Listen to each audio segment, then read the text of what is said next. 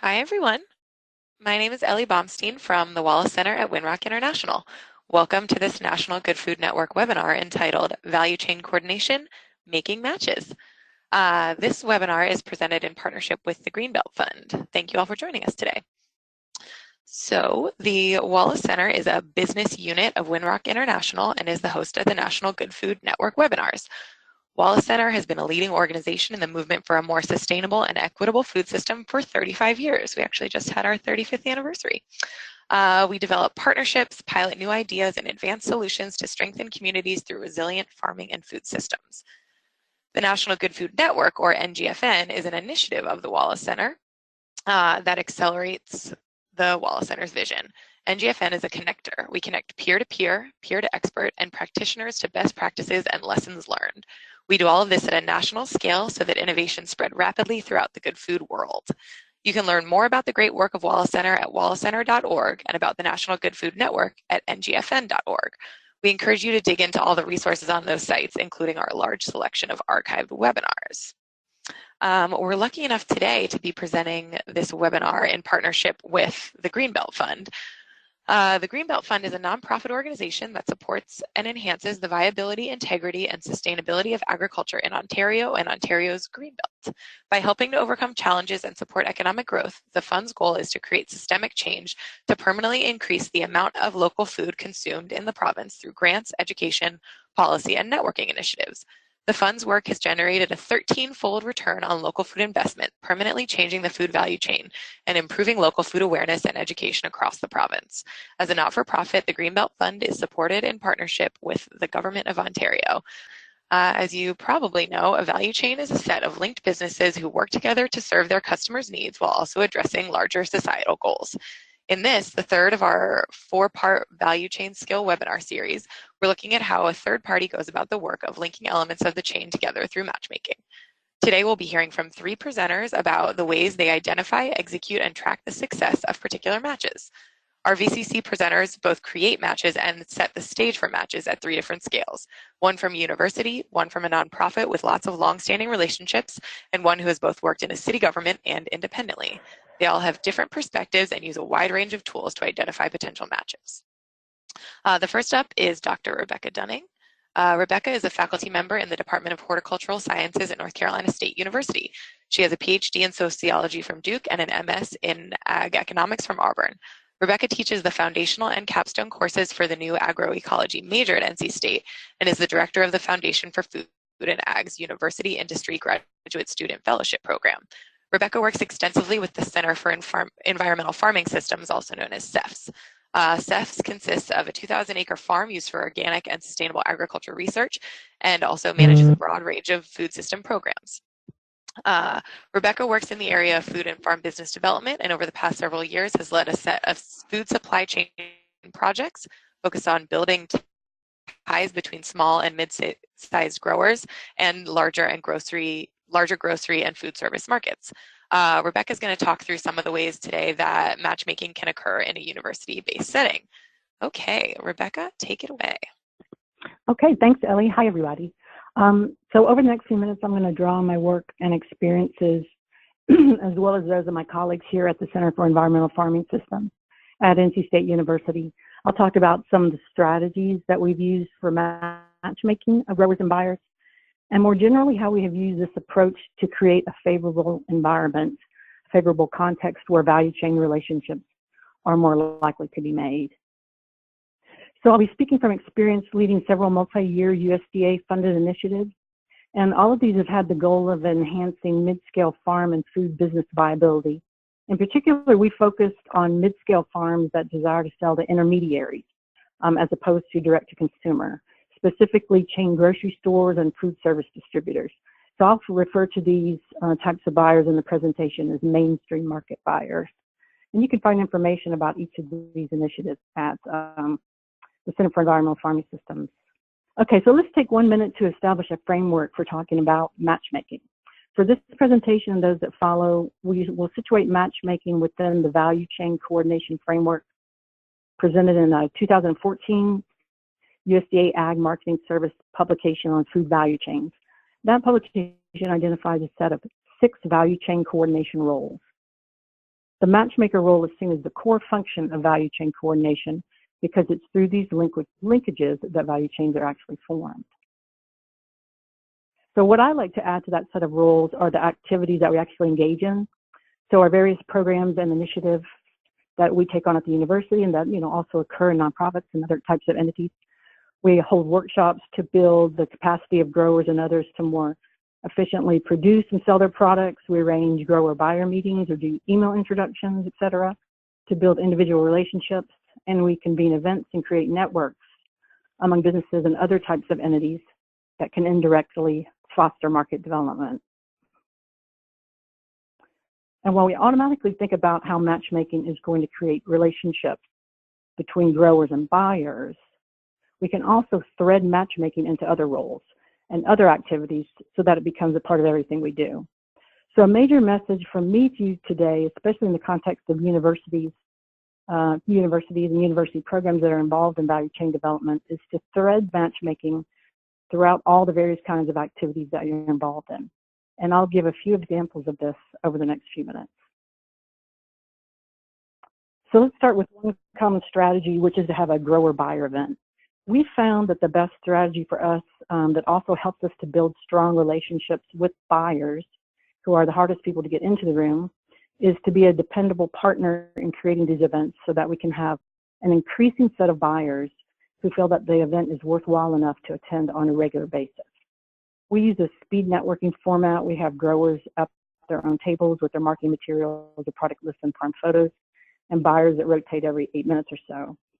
This format means you're going to have fewer people. If you have 12 growers and 12 buyers, then at 8 minutes for each meeting, that's going to be over an hour and a half. But it's through these one-on-one personalized exchanges that we have seen business relationships best established. And this is also a time where the value chain coordinator is able to build relationships with the buyers and establish a relationship as someone that they will listen to. And what I mean by listen to you is that they will return your calls and your emails. There are a few things we'd advise for holding these so that you can establish these solid relationships. And also in holding these, you want to give equal access to growers. And what I mean by that, and the reason I want to bring that up, is that when you take on the role of matchmaker and you've established good relationships with buyers, you may be put in the uncomfortable situation of having a producer want you to help them make a deal with a buyer. And that's not really the situation you want to be in, especially in a university or a cooperative extension role. You want to be seen as being an honest broker and getting lines of communication open, but not in favoring particular individuals. So if you regularly hold these events, and especially in venues where you've already got growers and buyers where they're already gathered, that's perfect. If growers contact you during the year, you can note the process for signing up to be involved in the upcoming regularly scheduled grower-buyer event. And then at that event, they'll be able to meet face-to-face with buyers. And at the same time, you want to appropriately match the two. We have separate rooms for growers that are already GAP certified or have their audits scheduled from growers that do not, for example. You will really mess up your own relationship with a buyer, and they won't answer your emails anymore if you subject them to repeated meetings with growers who are not ready to sell to them. So that's why we do, kind of different groupings. Also, you want to support these types of events in proliferating outside of your control, basically, and to support that proliferation with light-handed guidance. So one way to do that is to create a detailed planning document that gives step-by-step instructions on how to hold the events. In some communities, it's going to be more appropriate to do an event that only seeks to match a few local farmers market growers with local chefs. So these events can be tailored to the community. Again, though, you want to hold them as regularly scheduled events, and you want to make sure that the growers who come are indeed viable candidates to sell to buyers. So once you've established a good relationship with the buyer, you can involve them in other types of activities. So I'm going to use FreshPoint as one example in this in succeeding slides, though we've done the same thing with a grocery store chain and other partners.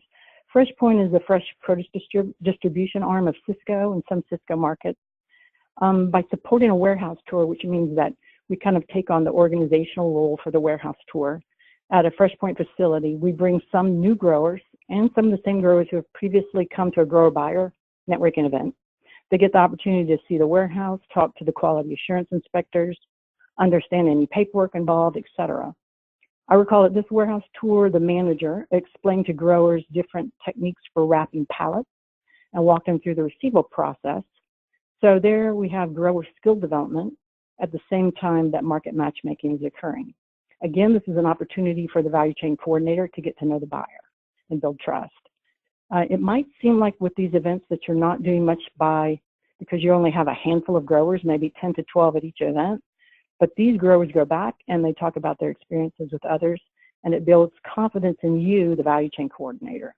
We have found that this takes time, but it's been the most effective thing for us.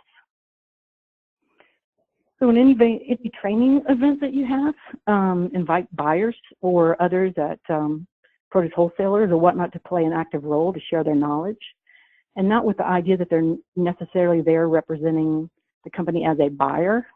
You can have that as part of your underlying reason that you invite them, but the idea is to further develop a relationship that may result in market matches. So you're building the environment where market matches can occur organically. Here, this is an example of we had a representative from FreshPoint come and participate in a grading and packing, hands-on grading and packing workshop with growers. Again, using the example of FreshPoint, we have had FreshPoint personnel at the workshop, and one of FreshPoint's staff is a co-author on our guide for selling fresh produce to distributors. This is a cooperative extension publication, so that's another thing that universities and cooperative extension programs do, is put out these types of publications. So not only do we get great, accurate information out there to growers and extension educators, but this, again, it tightens our relationship with the distributor, as well as their distribution facilities that are in other parts of the U.S. who want to use this document as a way to instruct growers who might come on as vendors with them. Often we'll orchestrate a single grower or a grower entity, meeting between them and a single buyer. So here are Food Hub representatives meeting with dining service directors at a corporate workplace.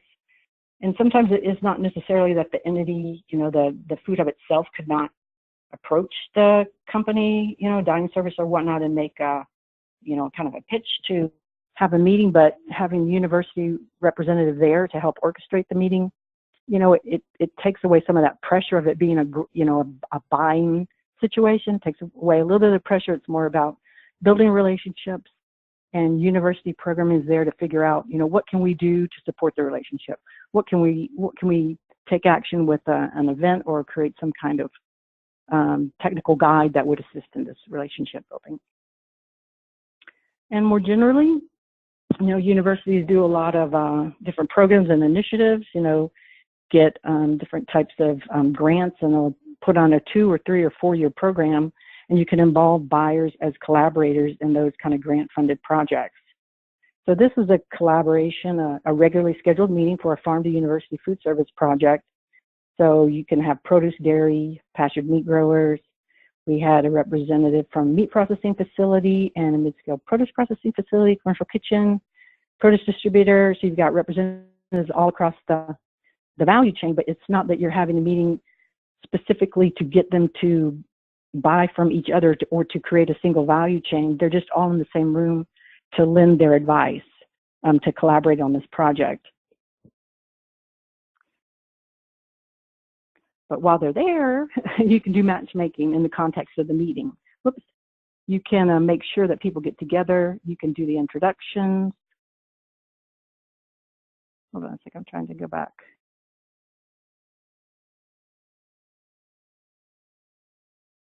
Sorry about that. So you can do matchmaking in the context of the meeting. You can make sure people are getting together.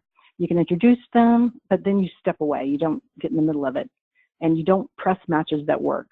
And these are some things, the same thing that I'm seeing in the university context. The speakers that follow me will also be contributing.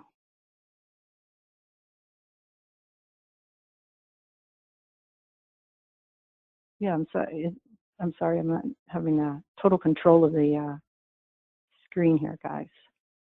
An advantage for colleges and universities, of course, is also that we have access to students. So we can think of students perhaps, as resources themselves.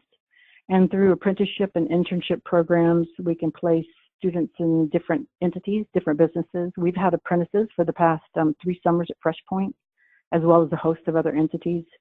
And is that at the same time as we're building the capacity of growers and other value chain intermediaries, we can network all the businesses that are hosting the apprentices. And participating in the apprenticeship becomes like a thing for the host businesses to be involved in. And they look forward to being able to network with others at the events that we hold. For example, at the apprenticeship final presentations. Again, it's all about building relationships.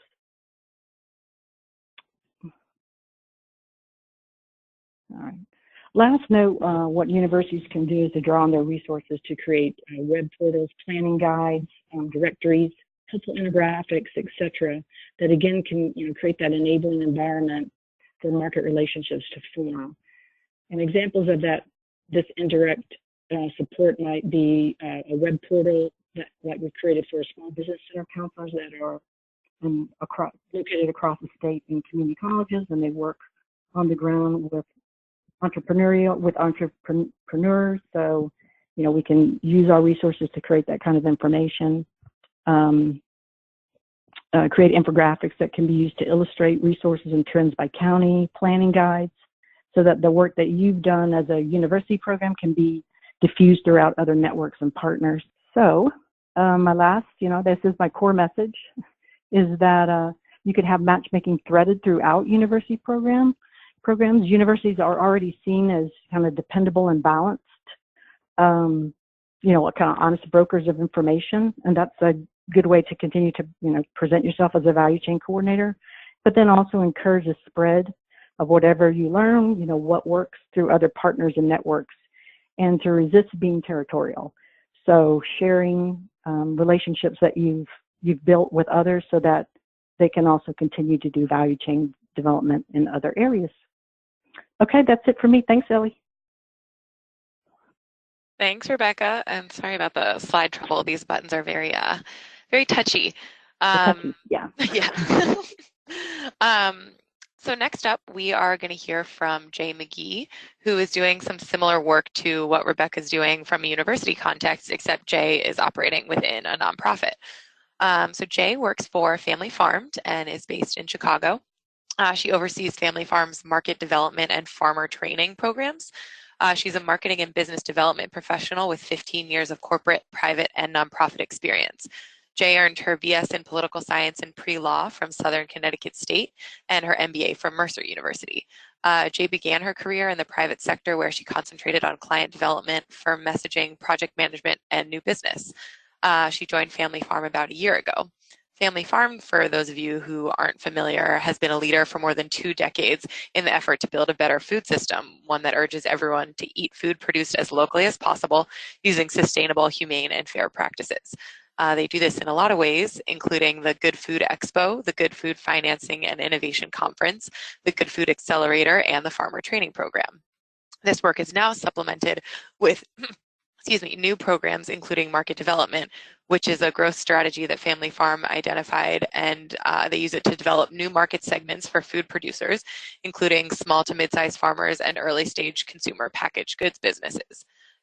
Family Farm collaborates with all levels of buyers, including food service, retail, restaurant, grocery, and other wholesale or direct market buyers who are either new to local sourcing or seeking to expand their local sustainable sourcing efforts. So Jay, take it away. Thank you so much for that introduction. So today we'll review value chain coordination from the nonprofit perspective, and towards that end we'll be focusing on one specific transaction from the perspective of a new value chain coordinator. So as Ellie mentioned, I began my work with Family Farm just under a year ago, about 11 months ago, actually. And so value chain coordination is relatively new to me, but it is not new to Family Farm. So today we'll be talking about the matchmaker role and responsibility within Family Farm and the nonprofit realm. Family Farm marks matchmaking evolution, the backstory of the buyers and distributors that are that frame this presentation, our process, the results, and observations and lessons learned. So throughout this presentation, we will keep names of all parties confidential to respect the relationships and privacy. Buyers obviously will be referred to as buyer, and distributors will be referred to as distributor A and distributor B. So Family Farm, we consider our market development role as relationship builders, connectors, and facilitators. So we build solid relationships with all levels of buyers, as Elle mentioned just a few moments ago. We focus on building relationships regionally, though we have built relationships nationally through other program areas. We also build relationships with farmers directly and indirectly through food hubs, alliances, distributors, partnerships, etc. We see ourselves as connectors, so we capitalize off of the relationships that we build to create connections between buyers and sellers when the fit makes sense. So we work with farmers as well as early stage food producers through some of our other program offerings. So we facilitate connections through setting up initial meetings, through participating in the earlier stages of the transaction, and assisting the buyer and or seller through the transaction. So just to give you a little bit of a background about the evolution of matchmaking in Family Farm.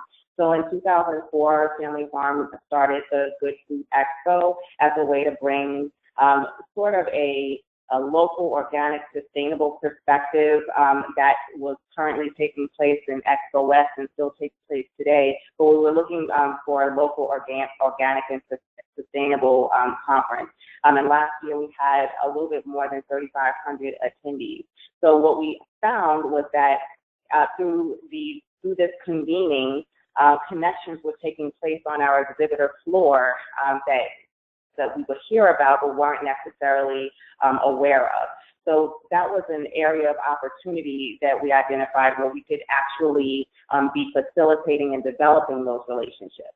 Another training program that we offered, we began offering in 2008, the Farmer Training Program, that allows us to connect with farmers and provide technical assistance and education on everything from pre to post-harvest handling to crop profile selection for market access opportunities. And so as a result of that training program, we identified that there was an opportunity to determine what happens next. So what happens once the farmer is educated on best practices on farm and on appropriate crop selection. And we found that there was an opportunity yet again for us to be the resource or the connector, if you will, between the farmer and the buyer. We also, in 2007 and 2011, we started our first Good Food Financing and Innovation Conference. So that's where we bring good food producers across the Midwest region together, and we bring them together with financiers, and we identify that there was, again, an opportunity. So there's this consistent theme that there's opportunity in the networking events that we have created. So getting to the backstory of this specific transaction. So the buyer that we were working with on this specific transaction was a pretty large Midwest grocery chain with a little bit more than 150 outlets. They had a focus on locally made initiatives that increased their sales by over 30% over the prior year. That led them to really being interested in identifying more local and sustainable farmers to work with. It is difficult at times. There's a disconnect between the farmer, especially the smaller the farmer is, and the larger the grocer is. And sometimes there's a need to have someone as the in-between to create those connections. And so the Family Farm had been in conversation with this particular buyer for approximately a year and a half to 2 years. And just as I onboarded, I carried over that relationship, so for just under a year now. And we had the discussion about this locally grown initiative and, you know, the need to identify a distributor to bring to sell in products to that district I'm sorry, I'm getting a little tongue-tied here, but to sell in the products to that buyer. So distributor A was a small-scale distributor who works with local and or sustainable growers, approximately 40 growers in that network, maybe a little bit more. They had previously been unsuccessful in their attempts to engage with this buyer specifically, and Family Farmed, as a result of the relationship that we had built with this distributor, we were able to have the conversation about what a relationship between this distributor and that buyer might look like. So distributor B was a little bit larger, and they work with growers in the Midwest region, a little bit more than 100 growers throughout Illinois, Wisconsin, and Michigan. And previously, they had also been unsuccessful in securing a meeting with the buyer and sought out Family Farm resources to facilitate a connection.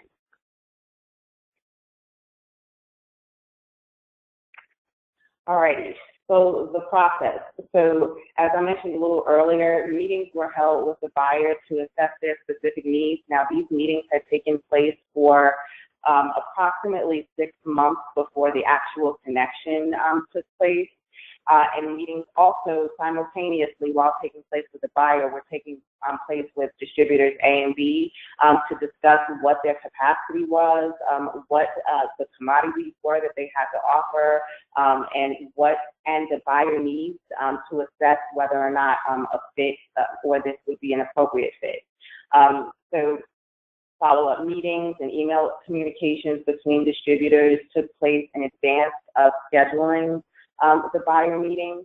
The buyer meeting was then scheduled, and then there was follow-up to ensure that both parties were comfortable with the deal.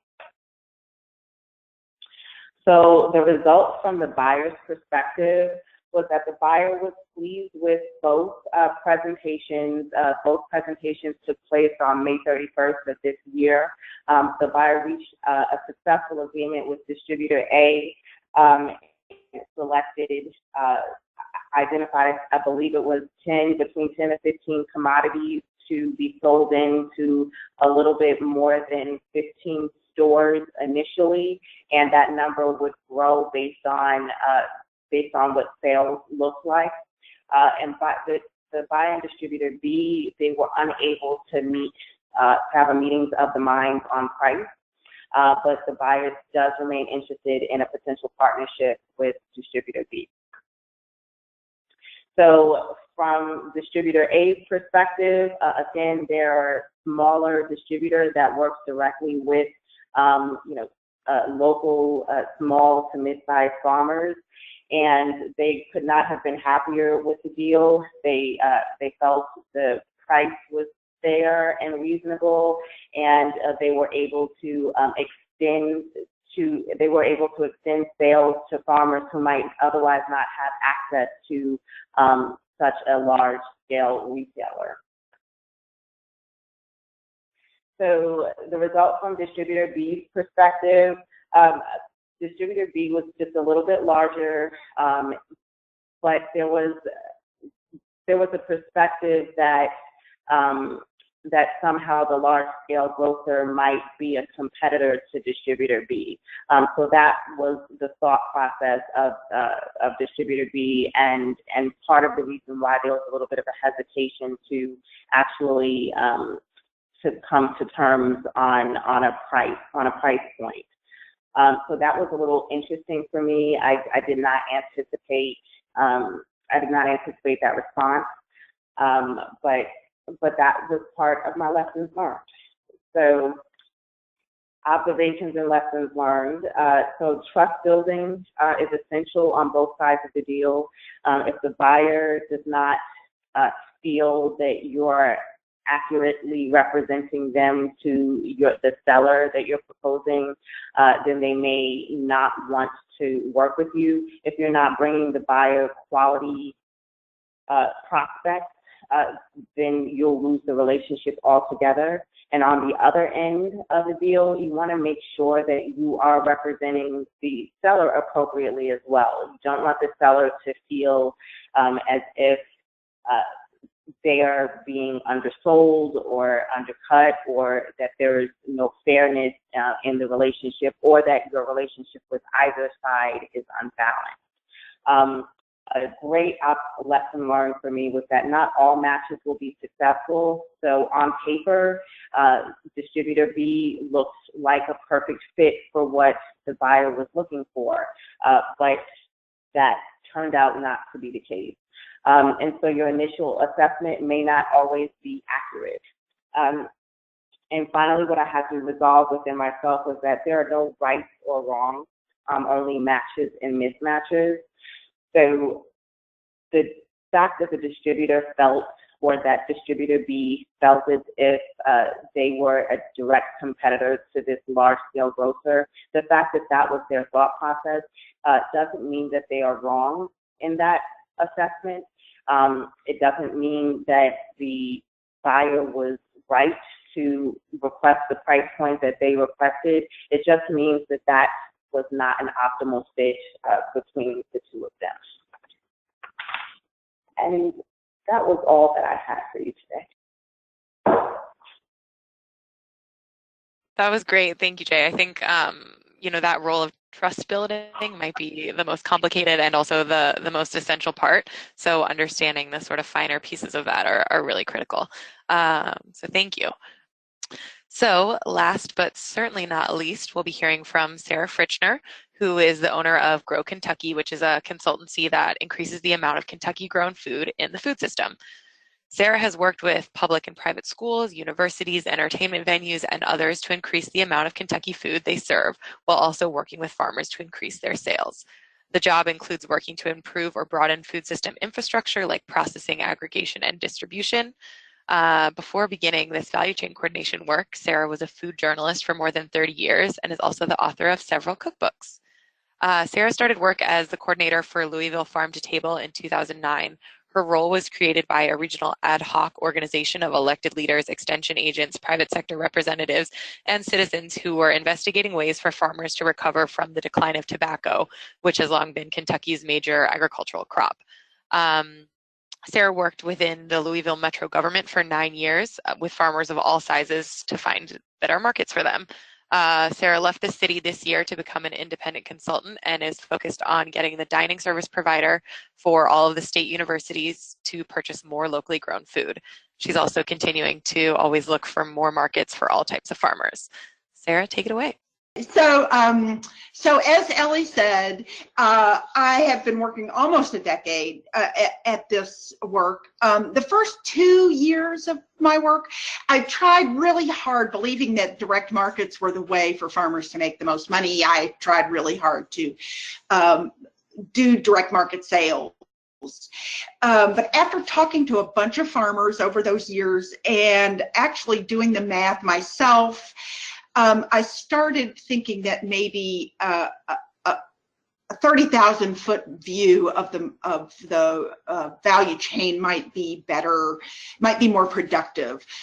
So you can see here that in the 2014 data that shows that farmers market sales, everyone was saying, oh my gosh, there's so much, farmers markets are growing, but it seemed to me that they were still a very, very small part of total food expenditures in the United States. And my goal was really to build the system so that it could accept food once farmers got their capacity up, rather than just try and match one buyer with one seller. But I still do that. As we know, the food system has many parts. distribution, aggregation, increasing capacity of farmers, what are contracts about? There's all a bunch of pieces and barriers that to those of us trying to build the regional systems. One puzzle piece is manufacturing, and though I work on aggregation, distribution, all the pieces, manufacturing is one that sometimes sets me apart from people, from other value chain coordinators. So I thought I'd sort of concentrate on that. Manufacturing is seen as a solution in the value chain proposition because it provides year-round availability of local foods, which is great. Manufacturing uses seconds often, and so a lot of people love the idea of providing us another market for farmers, and it does have a lot of potential for that. It also appeals to people as a way to help, as a way to reduce food waste, and again, it certainly does in some cases. So I work with a manufacturer who is what I would call a medium-sized food processor. He manufactures for food of all kinds, not local necessarily, but for small restaurant chains. So I have a great recipe for salsa. I own a restaurant chain that, I own 13 Mexican restaurants. I take him my recipe. He makes it so that I can make sure my great recipe is served in all 13 restaurants. So that's sort of the style of his business. He came to me about 4 or 5 years ago because he wanted a market with Jefferson County Public Schools. And I thought it was going to be hard because his equipment was pretty similar to Jefferson County's. JCPS feeds 60,000 kids a day for lunch. So it's a really nice market if you can tap into it. So we talked about him using local food. He was fine with doing that if he thought he could enter the market that way. And so we went to work on that. The first step is to develop, when you're doing this, is to develop the market, which we had identified, and also the product. So what I thought of was we were right on the heels of the Healthy Hunger Free Kids Act, which required schools to serve more orange and dark green vegetables. And so I thought, well, in Kentucky, we grow greens and we can grow winter squash really well. So we could get butternut squash into something. And so his research and development team and I work on, and when I say research and development, they have a chef and also someone who can work out nutrition labels and things like that. So we worked on a bunch of recipes, and we invited a bunch of food service directors in to taste those recipes and got feedback, and ended up with several products that are now going either to these public schools or also to higher ed. We have come up with products that contain butternut squash and sweet potatoes as a mix, broccoli, tomatoes, and corn.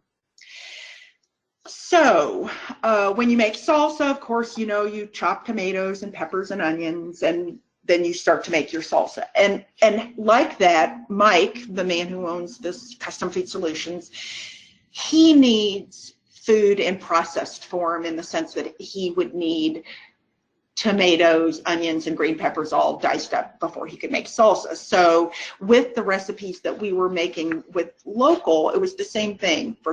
For cheesy chicken is the dish we called our first successful butternut squash containing recipe. We needed butternut squash and sweet potatoes to be cleaned, peeled, seeded, and cut into chunks. Broccoli, we needed it cleaned and diced. Salsa, you can read the slide. But and then you have the need to have it extended season, so you have to usually freeze it. So Oh, I won't go there yet. I'm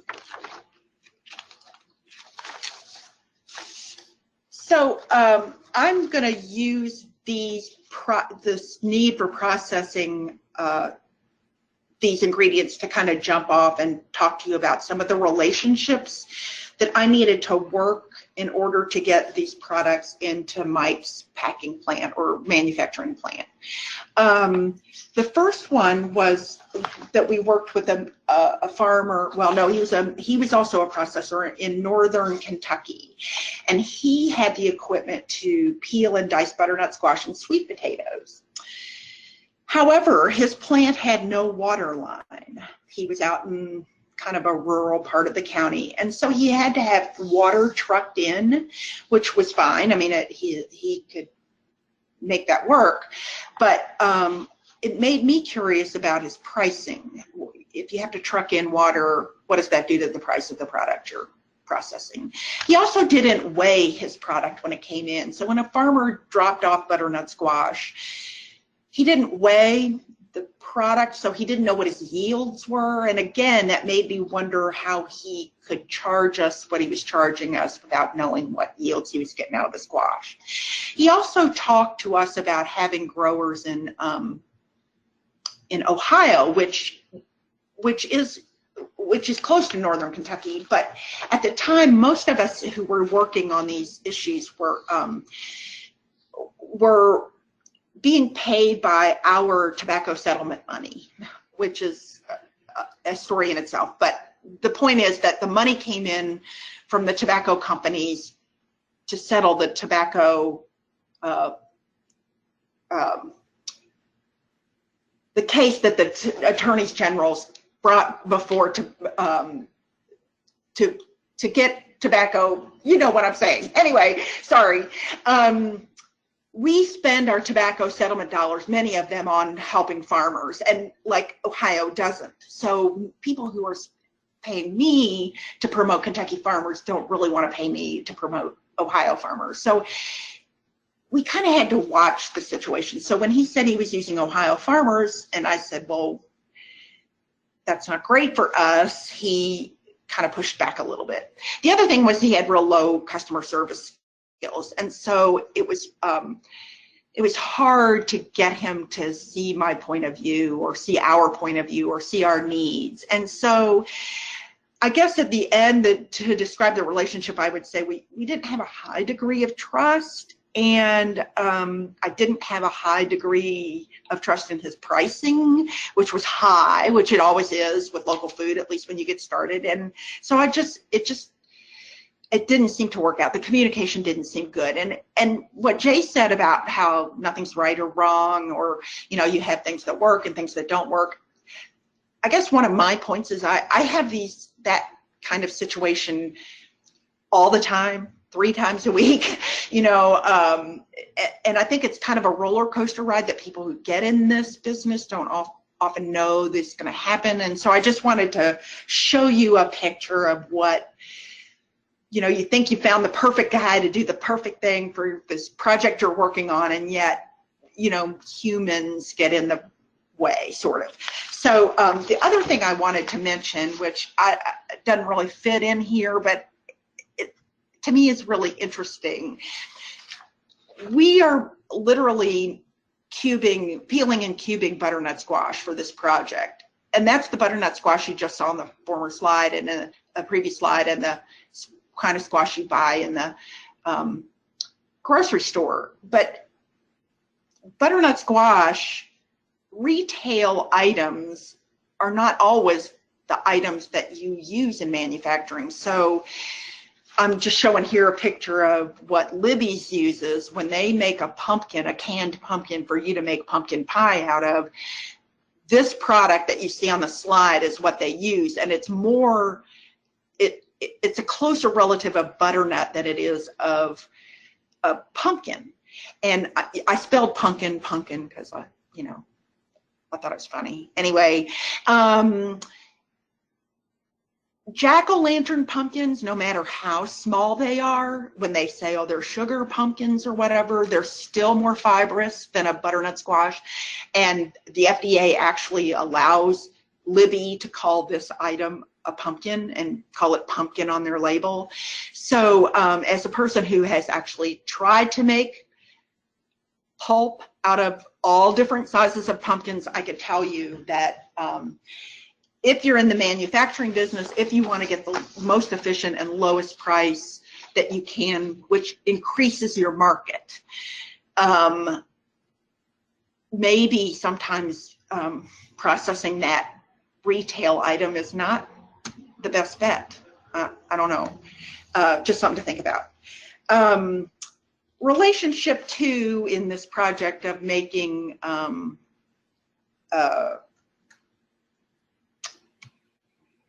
our products that we're selling, and Ellie, I'm not moving here on the slides. There they go. Okay. We wanted to make, Jefferson County Public Schools asked us to make a broccoli cheese soup for them. And we knew a farmer who had gotten some equipment, and he volunteered to grow broccoli and process it for us. So you can see on the slide here what some of the issues were. We bought his broccoli, we made broccoli soup, and he had cut it up and frozen it for us. And what happened was that he was putting it in, they were putting it in the freezer without blanching it. And so we had to throw away 2,000 pounds of broccoli soup, A, and B, it was difficult. It was a difficult personal situation for me to go through because I was calling the product bad. I was saying that the broccoli turned bad. I mean, I tried not to use that word, and it reflected on their post-harvest handling and processing practices.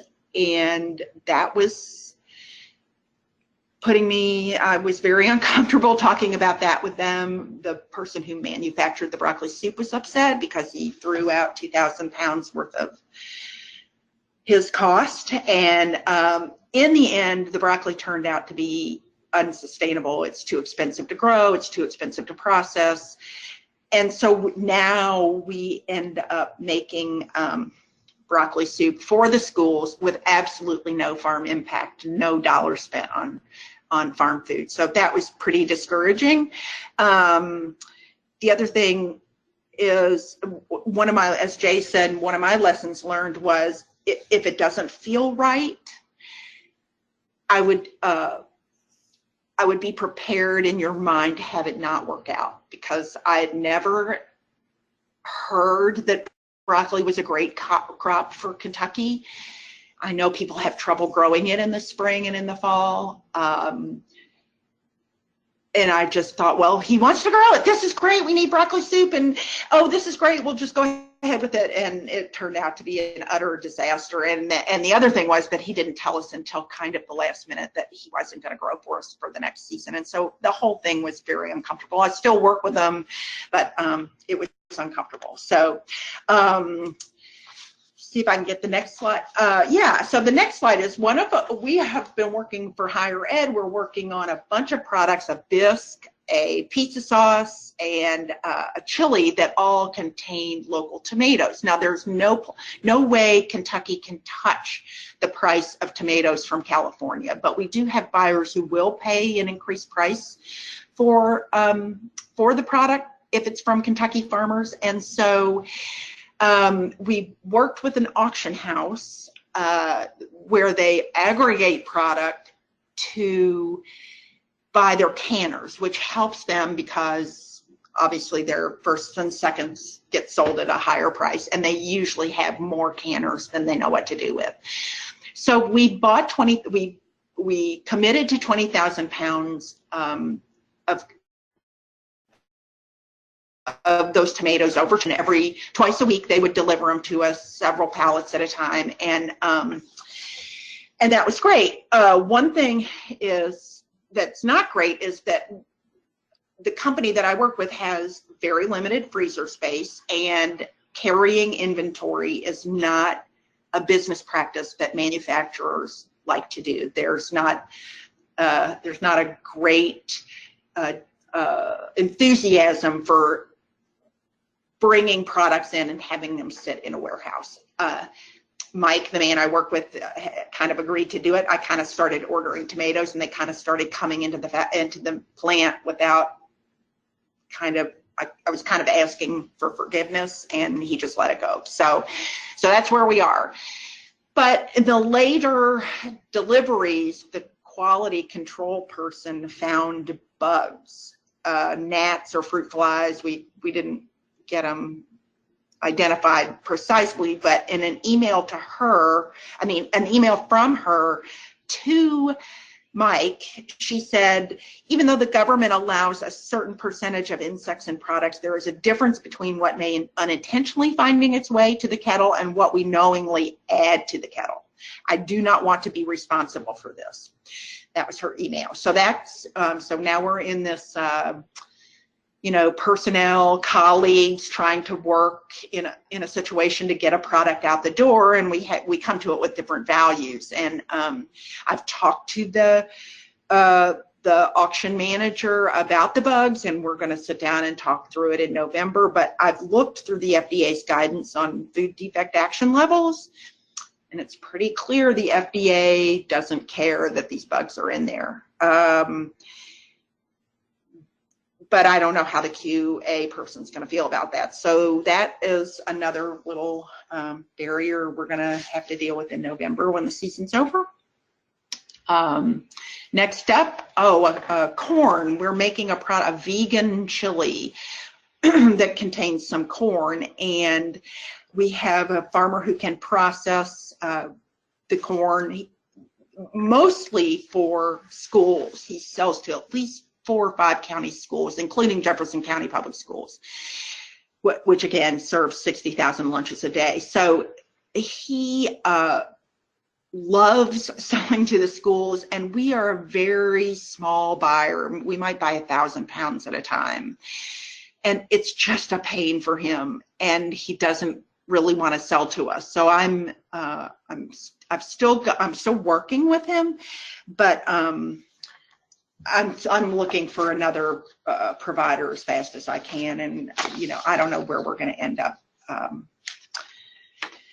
with the corn situation.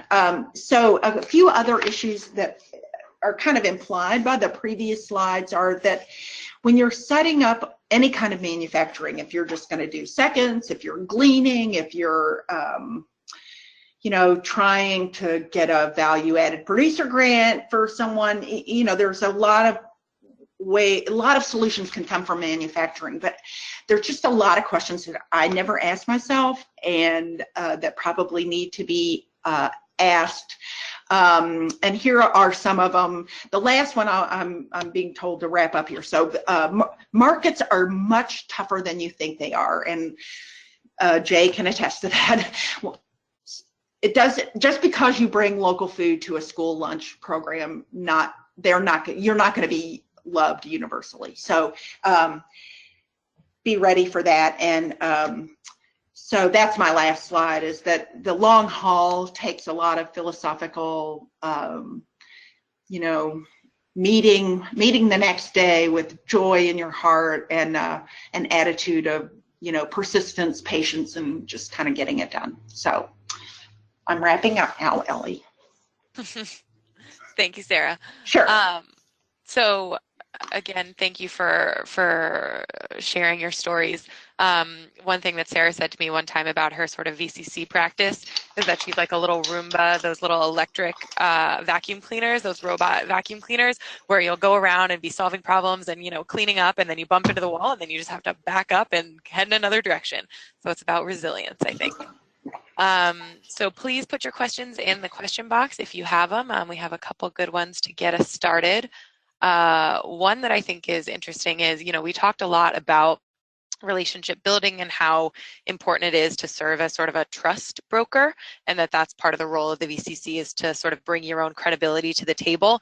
But, Jay in particular, and Sarah a little bit as well, you talked about some times where that relationship didn't really work out and you made a match that wasn't right. And I'm wondering how you manage that trust relationship with someone when you bring them a trust, a match and it doesn't quite work out. So how do you maintain that trust relationship when you've maybe made some missteps or made some bad matches? So from the buyer's perspective, it was not received negatively. So it just appeared to be a non-fit. But from the seller's perspective, there was a little bit of frustration, and we just sort of talked through it. We just had to talk through, well, this is what, we presented a few other, prospects to this buyer as well, and that seems to, work out.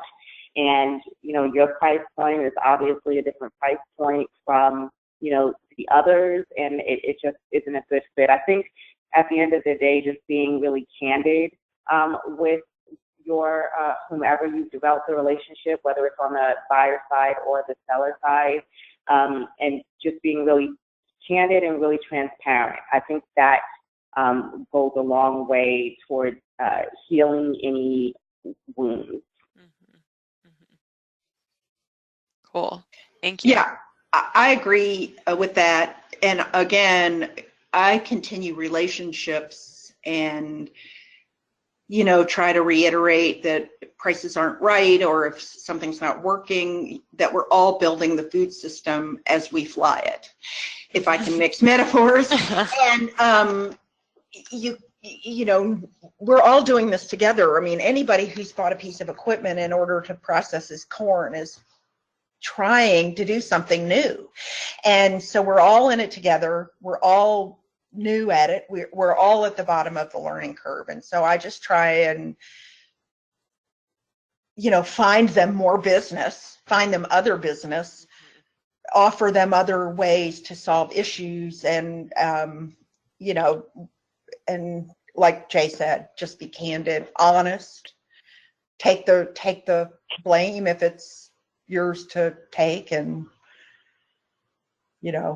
what we're doing here is trying to move the system ahead, and we need partners for that.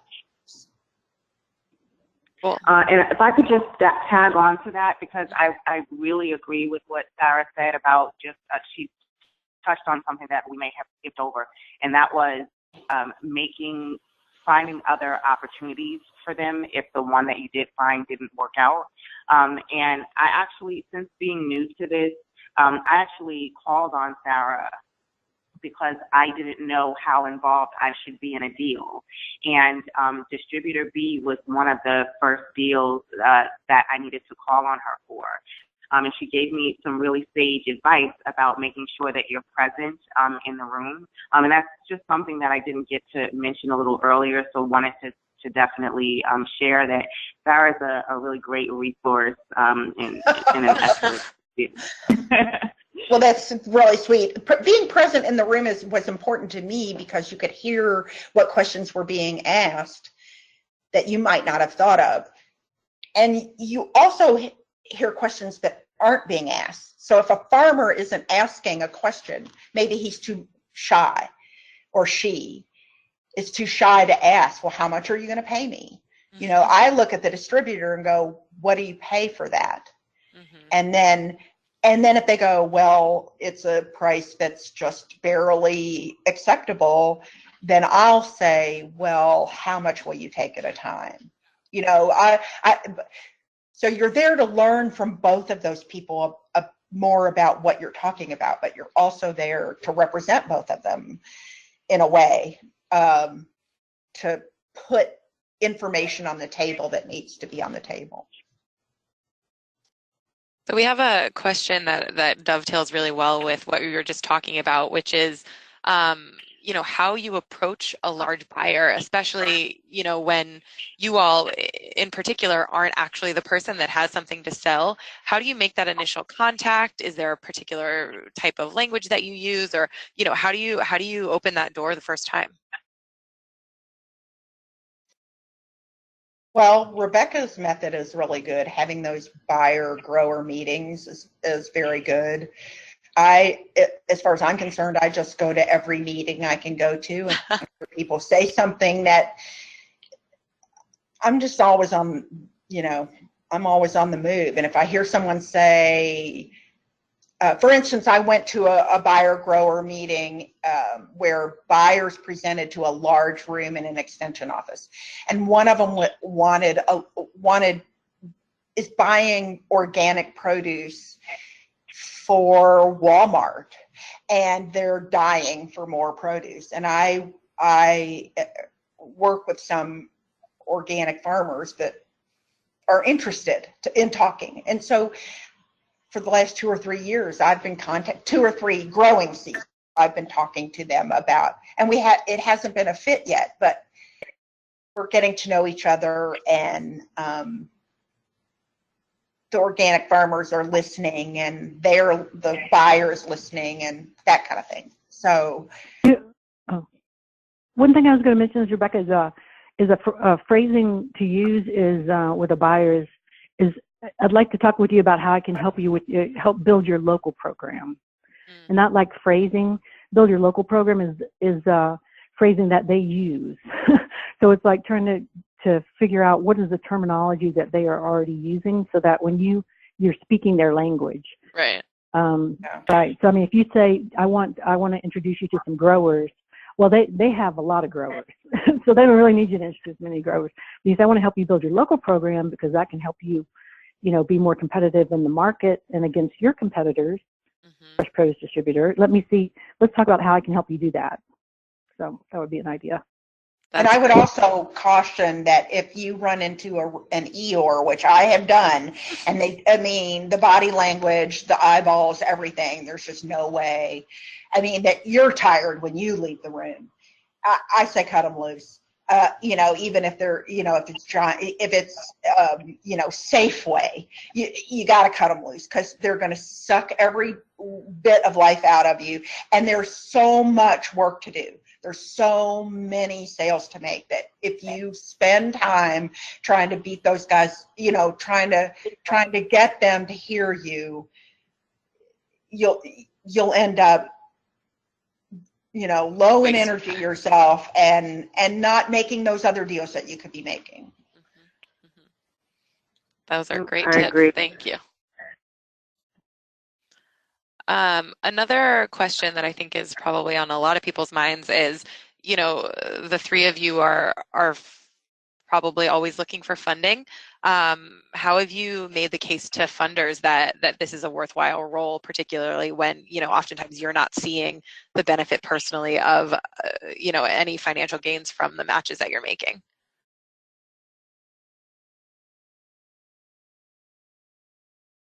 Not everybody at once. Yeah, I was going to say, maybe this is a question that we're all still working on answering. So my funding came traditionally from the Ag Development Board, which is the board that decides how tobacco settlement money gets spent. We made a case to them. The city of Louisville made a case to them that that markets were just as important to farmers as buying them a piece of equipment. And because they've been at this now since the late 90s, they kind of started to realize it by 2009.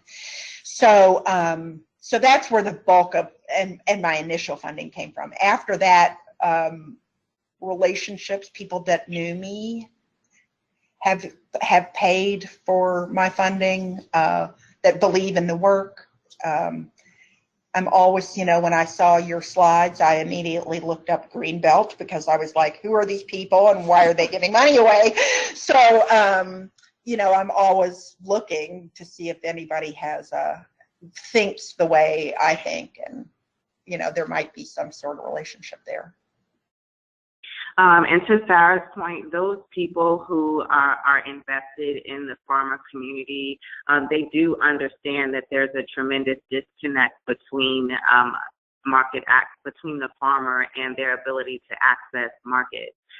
So much of our funding with Family Farm comes through USDA specifically to do this work, because there is that understanding that you can educate the farmer on sustainable practices, you can educate the farmer on food safety, but what happens